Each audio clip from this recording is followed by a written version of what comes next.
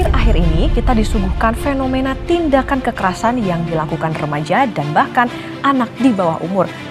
Seorang siswa kelas 12 SMA Binus School Simpruk, Jakarta Selatan membuat laporan ke polisi setelah menjadi korban dugaan perundungan, pengeroyokan sekaligus pelecehan oleh siswa lain. Sekelompok pelajar di Cirebon, Jawa Barat dibubarkan setelah kedapatan akan melakukan tawuran.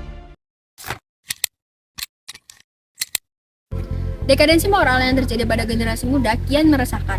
Nilai-nilai moral yang seharusnya menjadi landasan dalam kehidupan bermasyarakat justru semakin pudar, terutama karena pengaruh dari media sosial. Media sosial yang awalnya menjadi alat komunikasi dan juga informasi, malah menjadi sarana yang sangat memperburuk perilaku dan juga pola pikir dari generasi muda itu sendiri.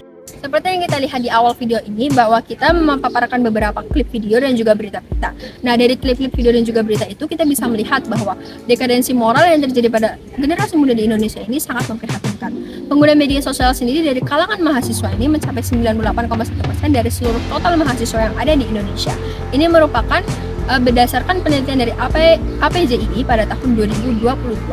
Fenomena ini menjadi latar belakang kami dalam mengangkat topik dengan judul pengaruh media sosial terhadap dekadensi moral yang terjadi pada mahasiswa baru di Universitas Airlangga.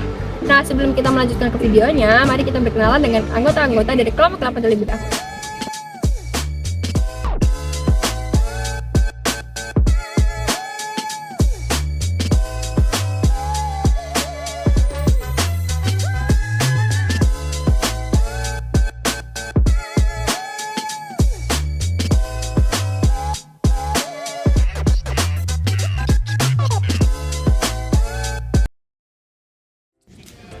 Untuk tujuan risetnya yang pertama, untuk mengetahui konten-konten apa yang dikonsumsi dapat mengubah pandangan moral bagi para penggunanya.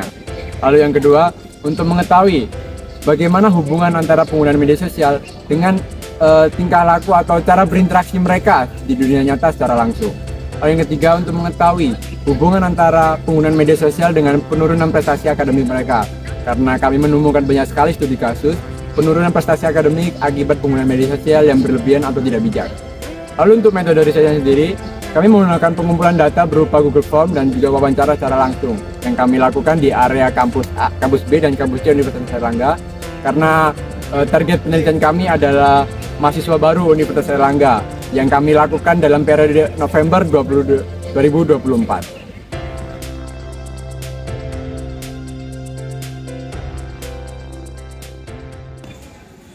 Dari metode riset yang kami lakukan, hasil riset yang kami peroleh yaitu dari 50 responden, sekitar 63,5% menganggap adanya pengaruh media sosial ini terhadap perilaku moral kita di dunia nyata. Kemudian, ada 23% yang menganggap bahwa itu sangat berpengaruh dan hanya 13,5% menganggap itu kurang berpengaruh. Dari hasil riset tersebut, dapat diperoleh bahwa lebih dari 3/4 dari responden menganggap bahwa adanya pengaruh penggunaan media sosial ini terhadap perilaku moral kita di dunia nyata. Apakah itu berpengaruh positif ataupun berpengaruh negatif yang dapat menimbulkan dekadensi moral di kehidupan kita, itu tergantung kebijakan kita dalam penggunaannya. Kemudian hasil riset yang kedua yaitu adanya hubungan penggunaan media sosial ini terhadap penurunan prestasi akademik, yang dimana dari 50 responden 61,5% menganggap bahwa hubungan antara penggunaan media sosial ini dan dengan penurunan prestasi akademik itu mempengaruhi. Kemudian 17,3% menganggap bahwa itu sangat berpengaruh dan hanya 23,2% yang menganggap itu kurang mempengaruhi. Lagi-lagi lebih dari 3/4 dari responden yang menganggap bahwa penggunaan media sosial ini dapat menimbulkan penurunan prestasi akademik. Hal ini menyatakan bahwa kurangnya kebijakan dalam penggunaan media sosial ini dari generasi muda saat ini yang kurang memprioritaskan tanggung jawab mereka sebagai mahasiswa ataupun sebagai pelajar. Dari hasil kedua yang telah dijelaskan tersebut, dapat kita ketahui bahwa media sosial itu berpengaruh terhadap penurunan prestasi akademik mahasiswa baru di Universitas Airlangga. Berkaitan dengan hal tersebut, data selanjutnya yang kami peroleh yaitu sebanyak 59,6% dari responden merasa setuju bahwa penurunan prestasi akademik berpengaruh terhadap dekadensi moral mereka. Lalu sebanyak 26,9% merasa kurang setuju 5,8% merasa tidak setuju, 5,8% yang selanjutnya merasa sangat setuju, dan sisanya sebanyak 1,9% merasa sangat tidak setuju terhadap hal tersebut. Dapat kita ketahui bahwa lebih dari setengah responden merasa bahwa penurunan prestasi akademik itu secara tidak langsung mempengaruhi dekadensi moral penggunanya. Nah, selanjutnya nih kita ada hasil riset melalui wawancara yang telah kita lakukan.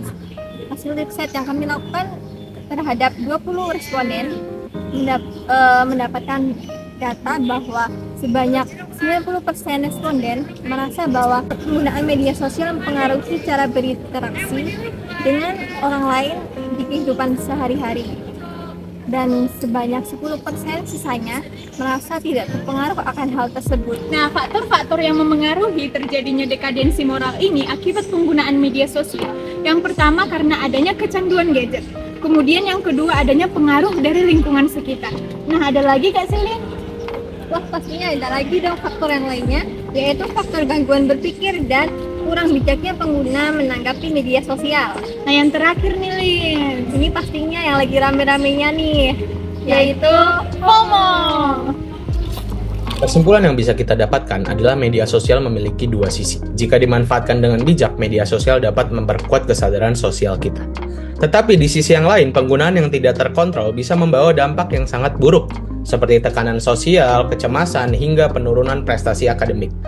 Jadi, mari gunakan media sosial dengan bijak untuk menjaga moralitas dan mendukung prestasi kita sebagai mahasiswa Universitas Airlangga.